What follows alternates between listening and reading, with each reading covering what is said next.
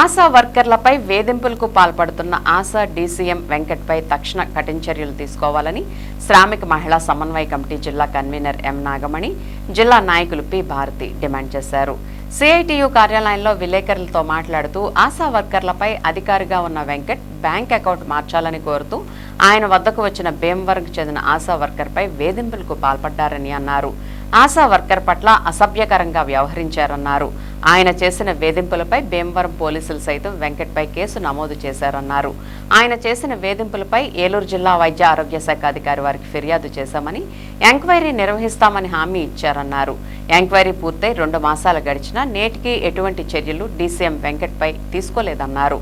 జిల్లా అధికారులే ఆశా వర్కర్ను రాజీ చేసుకోవాలని తీవ్రంగా ఒత్తిడి చేయడం దుర్మార్గమని అన్నారు. జిల్లా వైద్య ఆరోగ్య శాఖ అధికారి ఒక మహిళ ఉండి కూడా మహిళపై వేధింపులకు పాల్పడిన వారి పట్ల ఉదాసీనంగా వ్యవహరిస్తున్నారని ఆవేదన వ్యక్తం చేశారు. పై స్థాయి అధికారులే ఈ రకంగా వ్యవహరిస్తుంటే మహిళలకు రక్షణ ఎక్కడ ఉంటుందని ఆందోళన వ్యక్తం చేశారు. జిల్లా కలెక్టర్ తక్షణమే జోక్యం చేసుకుని ఇటువంటి వారిపై చర్యలు తీసుకోవాలని కోరారు. డీసీఎం వెంకట్పై తక్షణమే కఠిన చర్యలు తీసుకోవాలని, లేని పక్షంలో పెద్ద ఎత్తున ఆందోళన నిర్వహిస్తామని హెచ్చరించారు. విలేకరుల సమావేశంలో శ్రామిక మహిళా సమన్వయ కమిటీ నాయకులు విమల, రంగమ్మ, శాంతి, తులసి, మాణిక్యం తదితరులు పాల్గొన్నారు. ఎవరైతే వెంకట్ ఉన్నారో అతను మే 15వ తేదీన నైట్ టైంలోనే ఎవరైతే ఆశా వర్కర్ ఉన్నారో తనకు మెసేజ్ చేయడం జరిగింది. ఆ మెసేజ్ ఎలా ఉందంటే, సమస్య పరిష్కరించండి సార్ అని అడిగితే అసభ్యకరంగా, చాలా అసభ్యకర పదజాలాలతోనే ఆ మెసేజ్ ఉండడం చూసాము.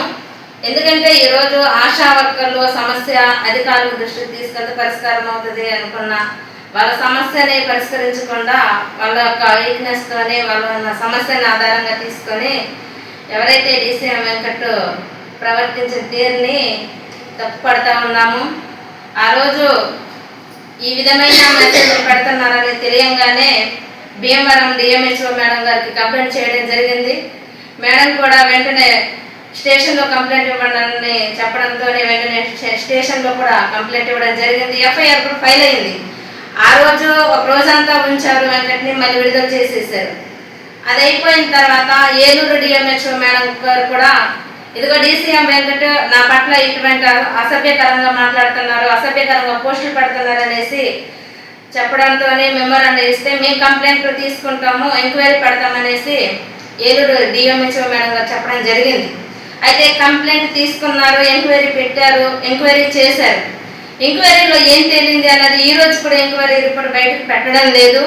ఎంక్వైరీ చేసిన అధికారులు ఎవరైతే ఉన్నారో వాళ్ళు మాకు తిరిగి ఉచిత సలహాలు ఇస్తూ ఉన్నారు. ఏంటి, ఏదైనా ఉంటే మీరు రాజీ చేసుకోండి అనేసి. అంటే ఈరోజు ఎవరైతే తప్పు చేశారో అతను వెనకేసే విధంగా ఈరోజు ఉన్నతాధికారులు కూడా ప్రయత్నం చేస్తూ ఉన్నారు.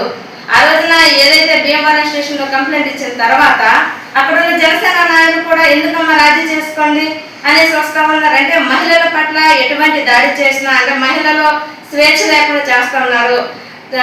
ఉద్యోగాలు చేస్తున్నామని పేరుకే కానీ వాళ్ళకి స్వేచ్ఛ లేదు. వాళ్ళని ఈ రోజు కూడా హింసిస్తూ ఉన్నారు, అసభ్యకరంగా మాట్లాడుతూ ఉన్నారు. ఎక్కడ న్యాయం జరుగుద్ది? మేము ఒకటే అడుగుతా ఉన్నాం. అనేక సందర్భాల్లో కంప్లైంట్లు ఇచ్చాము. డిఎంహెచ్ఓ మేడం ఒక మహిళ ఉండి కింద స్థాయి ఉద్యోగి ఆశా వర్కర్ పట్ల ఇటువంటి ఎవరైతే వెంకట్ ఉన్నారో అతను అసభ్యంగా ప్రవర్తించారంటే అతని మీద ఈ రోజు కూడా యాక్షన్ తీసుకోకుండా అతను ఈ రోజుకు ఉద్యోగంలో కొనసాగిస్తూ ఉన్నారు. దీన్ని ఏమనుకోవాలి మేము? అంటే వారు అధికారులు కాబట్టి ఎలాగైనా మభ్యపెట్టి మాయ చేద్దామని చూస్తే మాత్రం మేము ఊరుకునేది లేదు. భవిష్యత్తులో పెద్ద ఎత్తున ఆందోళనకు మేము సిద్ధమవుతా ఉన్నాం.